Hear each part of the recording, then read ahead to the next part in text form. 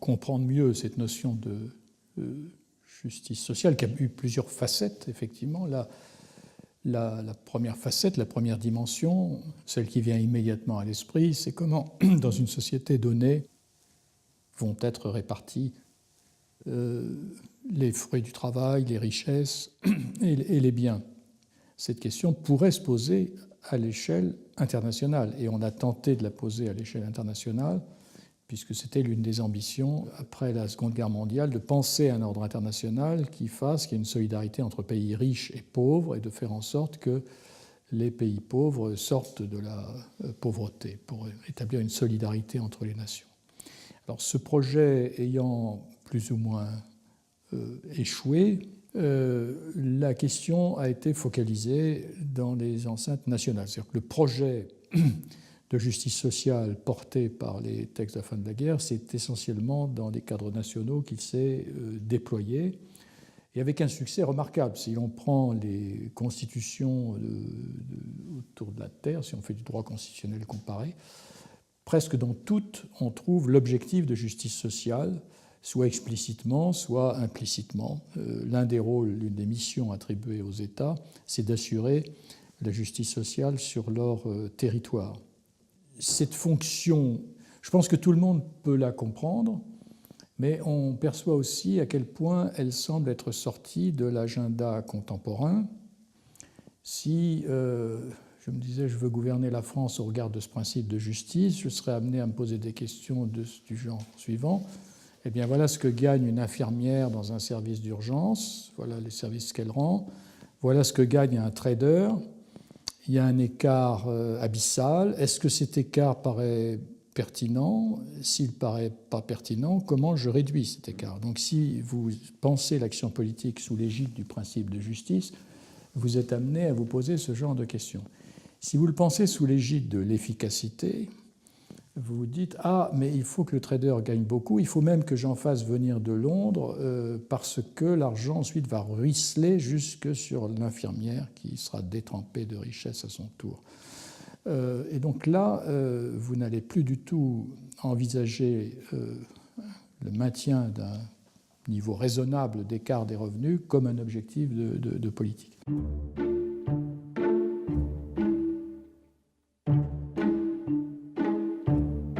Ce qu'on trouve toujours dans ces diffractions de l'idée de justice sociale telle que pratiquée après-guerre, c'est trois éléments, trois piliers de la justice sociale à des degrés divers, hein, plus ou moins. Si je prends le cas européen, le premier pilier, c'est un statut du travail. Et ça a plutôt été un apport de l'Allemagne. Dès la fin du 19e, début 20e, ils pensent un droit du travail. Deuxième pilier, ça a été la sécurité sociale, c'est-à-dire comment il y a de la solidarité face aux risques de la vie, l'accident, la maladie, la vieillesse. Et ça, c'est un apport plutôt britannique. Et troisième pilier, c'est les services publics universels, comment on met à disposition de tous, dans des conditions d'égalité d'accès, un certain nombre de services jugés fondamentaux, éducation, santé, etc. Et ça a plutôt été le fait des théories françaises, alors que le modèle anglais a une base plutôt économique, le modèle allemand une base plutôt sociale et communautaire. Le modèle français, il est plutôt politique, c'est-à-dire qu'on a pensé la justice sociale en termes d'intervention de l'État qui vient faire contrepoids pour protéger les faibles contre les forts, et qui va assurer aux faibles le même accès qu'aux forts à un certain nombre de services, d'où la théorie des services publics. Donc vous voyez, on a cette pluralité de modèles, mais en même temps, on peut dégager des principes communs.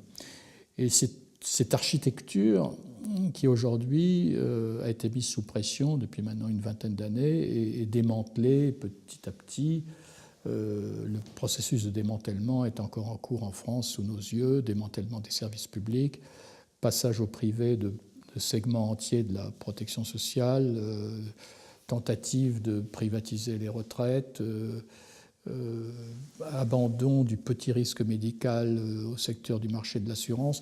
Donc on est dans un processus de remise en cause lent, progressif, de toutes ces constructions nées de la guerre mondiale. D'ailleurs, c'est très bien résumé lorsque M. Kessler, le président de la Société française et Société d'assurance, a dit qu'il fallait défaire méthodiquement le programme du Conseil national de la résistance, et on s'aperçoit que c'est effectivement ce qui se déploie.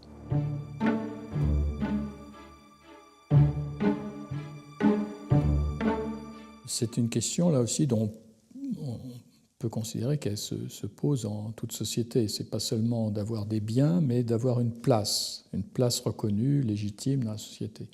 À partir des années 70-80, il y a eu une sorte de jeu de vase communicant. On s'est mis à s'intéresser beaucoup plus au problème de la reconnaissance qu'au problème de distribution des biens. Il y avait une obsession à se demander si dans le Parlement français, est-ce qu'il y avait assez de gens de telle couleur, de tel sexe, mais plus personne ne s'inquiétait du fait qu'il n'y avait aucun ouvrier, ou si peu, deux ou trois, qui étaient en fait souvent des membres anciens du Parti communiste qui n'avaient pas dû être ouvriers depuis assez longtemps en réalité. Donc, si vous prenez l'évolution du Code du travail depuis les années 80-90, c'est très impressionnant. C'est que d'un côté, on voit le statut salarial qui était relativement unifié, protecteur pour toute la population, qui se fragmente en une poussière de dispositifs avec énormément de positions précaires, pauvres, etc. Et dans le même temps, il y a une montée en puissance presque tous les 2 ans, j'avais fait le calcul. On ajoute quelque chose à la liste des discriminations prohibées au nom de l'égalité. Donc c'est ce mouvement de va-et-vient entre l'avoir et l'être qui est intéressant à observer. Alors, pour terminer sur ce sujet, ces politiques de la reconnaissance, il y a de grands auteurs qui ont attaché leur nom à ça, comme Axel Honneth sur la lutte pour la reconnaissance, ou en France, quelqu'un comme Ricoeur, qui d'ailleurs, Paul Ricoeur a très bien vu les impasses que ça pouvait conduire dans une sorte de concurrence des mémoires. En particulier, il a des phrases très lucides et très prémonitoires à certains égards. Et on peut dire que ça a engendré 2 courants. Ceux qui disent, au fond, une société démocratique, c'est un agrégat de communautés soudées par le moindre principe commun possible. Et donc chacun doit faire des accommodements, c'est la théorie des accommodements raisonnables des Canadiens. Donc il y a une façon turque de penser, une façon islamique, il y en a une autre. Donc chacun doit vivre, et la société, c'est l'assemblage de ces communautés. Bon, quand même, on va interdire l'excision, par exemple, parce qu'on va dire ça, c'est contraire au principe démocratique, mais il faut que ça soit une sorte de commun minimum. Le risque étant qu'on a une mosaïque de communautés qui ne sont soudées par rien d'autre que par la haine ou par la compétition les unes avec les autres. Puis l'autre courant, alors ce qui est plutôt un courant déconstructionniste, qui a été illustré notamment par Nancy Fraser, consiste à dire non, c'est raisonner en ces termes, c'est assigner des personnes, et le diagnostic là est juste de Nancy Fraser, le risque d'assigner des personnes, tu es black, donc tu fais partie de la communauté des Noirs, tu t'appelles Mohamed, donc tu es musulman, tu t'appelles Pierre, donc tu es catho. Vous voyez, il y a des effets d'assignation à des communautés, ce qui est évidemment contraire aux idéaux républicains d'égalité citoyenne, de liberté, de religieuse et tout ce que vous voulez. Donc la critique est juste, mais la conclusion qu'en tire Nancy Fraser, à mon sens, est inappropriée. Elle consiste à dire qu'il faut déconstruire toutes les identités pour que chacun puisse réinventer à tout moment sa propre identité. Or, cela présume un être humain qui serait capable de se fonder lui-même, ce qui est une aporie. C'est-à-dire, vouloir imposer à un individu de se définir lui-même, c'est lui faire peser un poids qui l'écrase, et sur ce point, les analyses de Legendre sont particulièrement pertinentes dans les impasses où ça peut conduire. Et à mes yeux, je termine sur ce point, même si je sais que beaucoup pourront trouver cela provoquant, mais je crois profondément que c'est juste. L'ultralibéralisme économique et les revendications sociétales sont les 2 faces d'une même médaille. Il s'agit de dire on va démanteler l'État économique parce que c'est une contrainte, les statuts professionnels, il faut les défaire pour que le marché soit fluide. Et on va aussi démanteler tout ce qui s'apparentait au statut des personnes pour que chacun soit libre de se réinventer lui-même. Et je dirais que celle qui porte le poids lourd de ce double démantèlement, c'est la mère isolée des quartiers pauvres, qui à la fois n'a plus de position stable, ni dans l'ordre civil et familial, ni dans l'ordre économique.